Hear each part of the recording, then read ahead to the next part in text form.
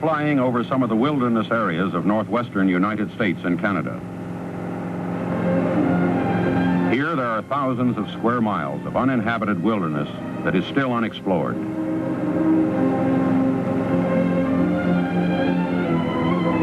It is in these vast unexplored wilderness areas of North America that a 9-foot-tall, human-like creature is reported to live.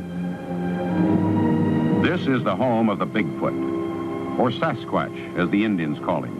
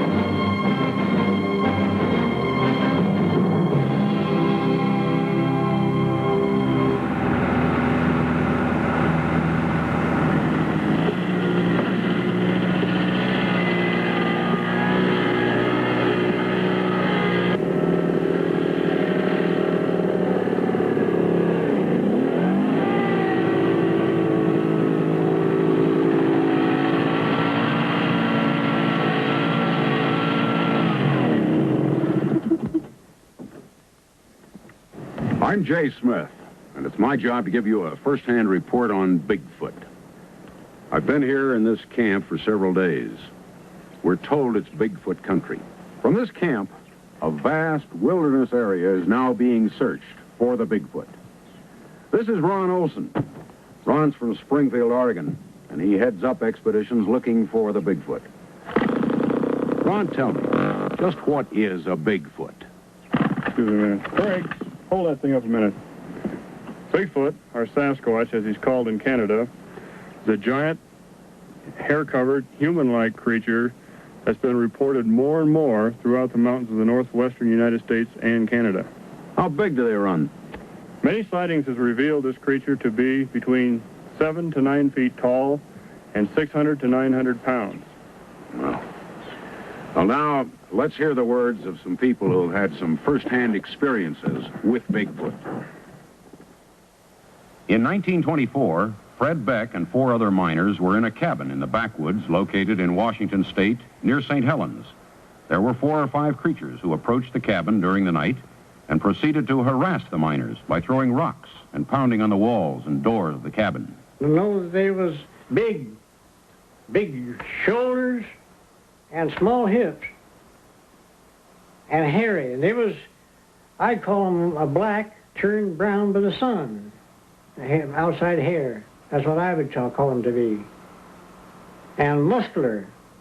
And they looked like they was about 8, 9 foot tall. I no way to tell. Another miner and prospector, Albert Ostman, in 1924 was camped near Toba Inlet in British Columbia. While asleep in a sleeping bag, he was picked up and packed several miles. Daylight found him in a small valley encircled by cliffs. This was home for a family of these creatures. He was able to escape after 6 days by getting them sick on a box of snuff. Now let's listen to Mr. Ostman's experience. Well, there was 4 of them, and none of them look alike.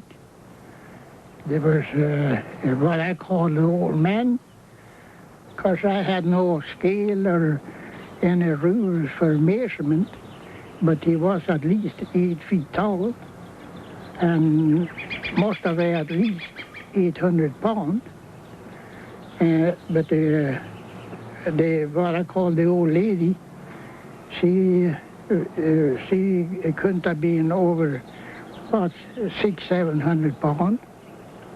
She was probably 7 feet tall, and they were all covered with hair. By 1956, there had been several such reported sightings, which had been reported in small local newspapers. Mr. John Green, publisher of a newspaper at Harrison Hot Springs, British Columbia, began investigating some of these sightings. Here is John Green to report on a sighting he investigated in 1957. When I first came here in about 1957, it was still pretty well open. But all this has grown up since then. Now, what happened at that time was that Mrs. George Chapman, who lived in a house down by the river behind me here, she was in the house and her children were outside. One of them came in and told her that there was a cow coming out of the woods. So she looked out and she saw this man-like thing, but about 8 feet tall and completely covered with hair like a bear.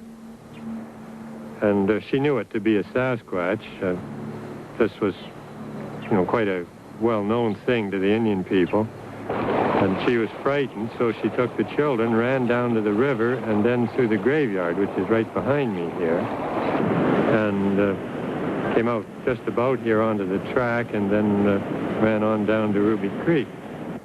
Now, she'd really only had one quick look at the thing, so it wouldn't be that convincing a story, except that a lot of people immediately went back there and saw these enormous tracks. Mr. Tifting, of course, was one of them, and can describe just what the tracks were like and what they did. Well, he came through the bush into the shed, or the lean-to of the house, and there was a barrel of dried fish or smoked salmon, rather. And he broke the barrel, and there was some fish eaten there and thrown around. And then he went down the riverbank and apparently took a drink and then come back up on the other side of the house, through the garden patch and up to CPR fence and stepped with 1 foot on that side of the fence and 1 foot on this side of the fence. I can walk right over it. And the footprints was about 18 inches, like. And then he went across there and over to the next fence there and went right up the hillside. And that's as far as we could follow it. As John Green and others began to seriously investigate reported sightings, they found that many aspects of the sightings were the same. One of the first detailed drawings of a Sasquatch was made by Mrs. Myrtle Walton of British Columbia. Her father, William Rowe, had the unique experience of being able to watch a Sasquatch at close range. Mrs. Walton now tells us how it came about. My dad come and asked me to draw a picture of this animal or human for him. He called it a Sasquatch, so he could send it to this John Green, and I drawed the picture for him, and just exactly the way he told me he wanted it drawn. There was a few things he changed on it, like he made the arms a lot heavier, and the head was different, and the breast was different, and the back part was different. So between the two of us, we patched it all up, and we sent it to John Green. As the interested investigators became better known, there were more and more sightings and evidences being submitted to them. Mr. Richard Grover, another investigator, reports on a sighting in a residential area just outside of Tacoma, Washington. This is the site of the Fife Heights incident. One morning, approximately 4 o'clock, Dick Hancock and his friend came along this road, stopping the car right here when they saw a huge creature behind that sign over there. It was so tall, its head was above the street sign. The creature took approximately 3 steps, crossing the road. It was blinded by the headlights, and it almost bumped into this sign.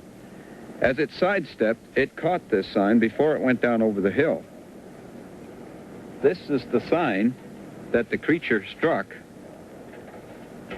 and it bent it like this, leaving these indentations or scratch marks. It has been estimated by experts that it took 500 foot-pounds to bend this material. A few years after Mrs. Walton made the sketch for her father, she and her husband had a personal experience with a Bigfoot.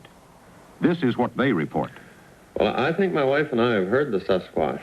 There's a swamp fairly close to the house here where we can walk out of an evening, and quite often we go down to watch moose.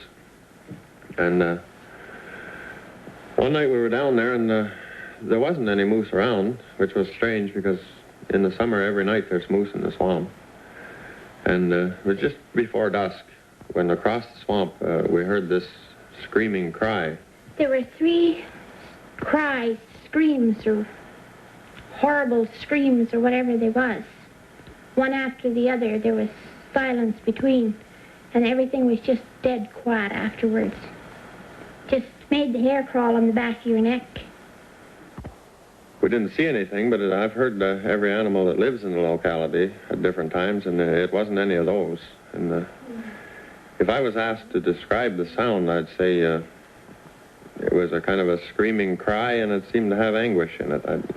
Anguish was the thing that stuck with me. Here is an approximation to the sound that they reported hearing that evening.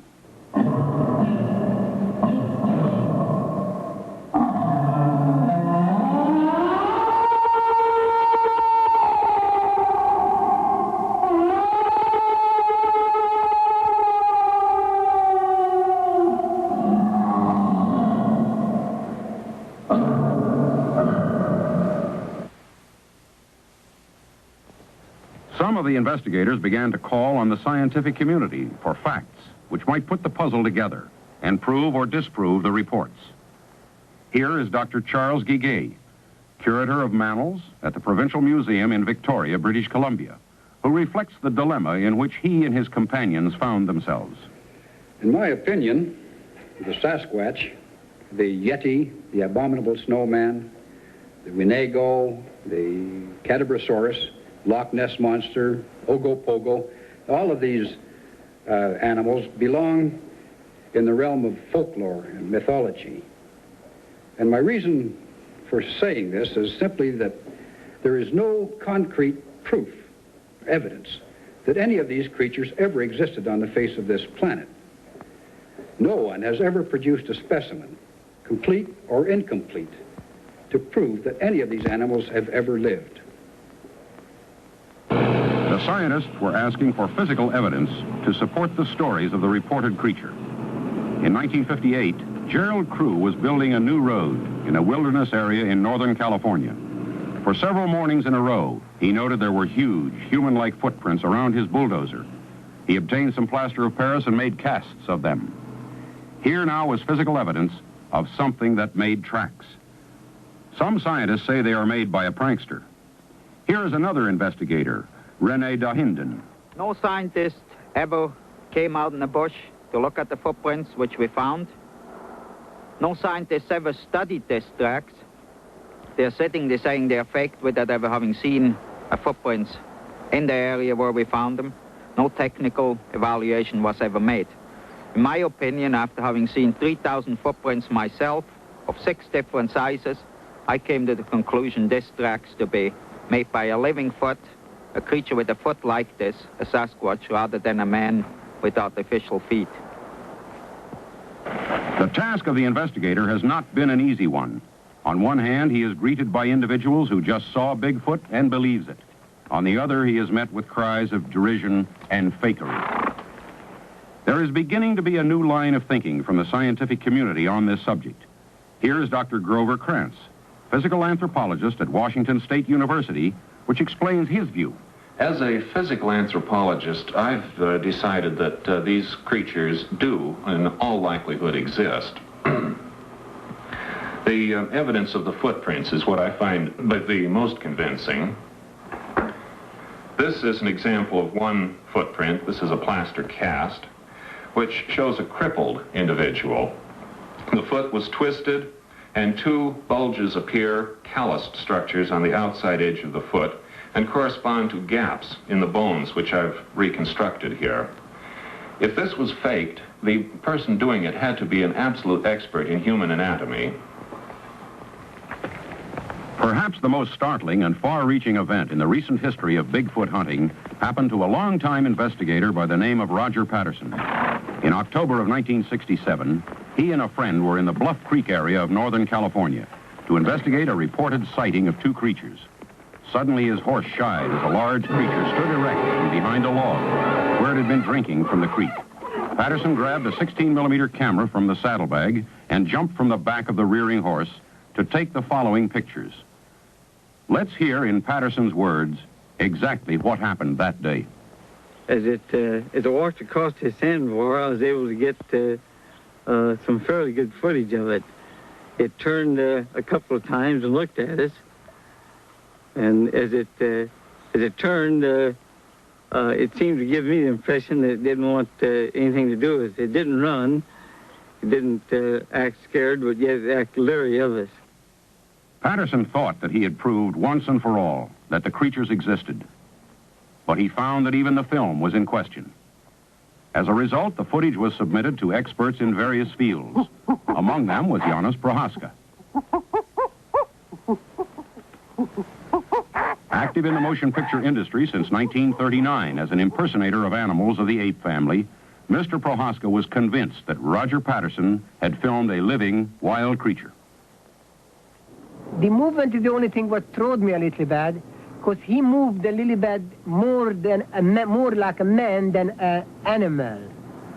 Because you could see all the muscles on the body and the whole movement. It didn't move like a costume at all. And the size of it was enormous big size, so I don't know if they find a big man like that. Mr. Prohaska, you mentioned that the creature did not move, as if it were a costume. Do you think it would be possible to create such a costume? That would be a difficult... I don't think so. Because that costume, if this would be a costume, that would have taken such a long time to put the hair. You should put the hair by glue them on. That would take about 10 hours, the whole makeup job. And it looked to me very, very real. I'm doing this since 1939, and if that was a costume, that was the best I have ever seen. Ron Olson of the North American Wildlife Research Association has studied the Patterson footage as much as anyone. Ron, what did you see in this footage? Well, this footage proved to me that these creatures are real and that they do exist. Now, how tall would you estimate that one to be? This creature was estimated by scientific methods to be about 7.5 to 8 feet tall. He was taking a stride of about 47 inches to 65. After he became spooked or more scared, he stretched to 65. Now, how does the length of that stride compare to, well, let's say the average stride of a man? Well, the average stride of a man is about, maximum stride of a man would be about 3 feet. Now, that arm appears to be proportionately longer than, say, a human arm. Have there been any estimates worked out on that? Yes, there has. The arm is, and always has been in all sightings, in all cases, definitely longer than a human's. Here the creature shows large pendulous breasts. The indication here, of course, is that it is a female creature. Do you expect to capture one of these? Well, this is, of course, I suppose you'd call the finale of our whole program is to make a capture. We want to make a live capture, and with this, we are using tranquilizing equipment. We hope to bring one of these things in with a live capture, live and unharmed, to prove once and for all that this does exist. And since it does exist, maybe then there can be laws and things passed to protect these creatures so that they'll never become extinct.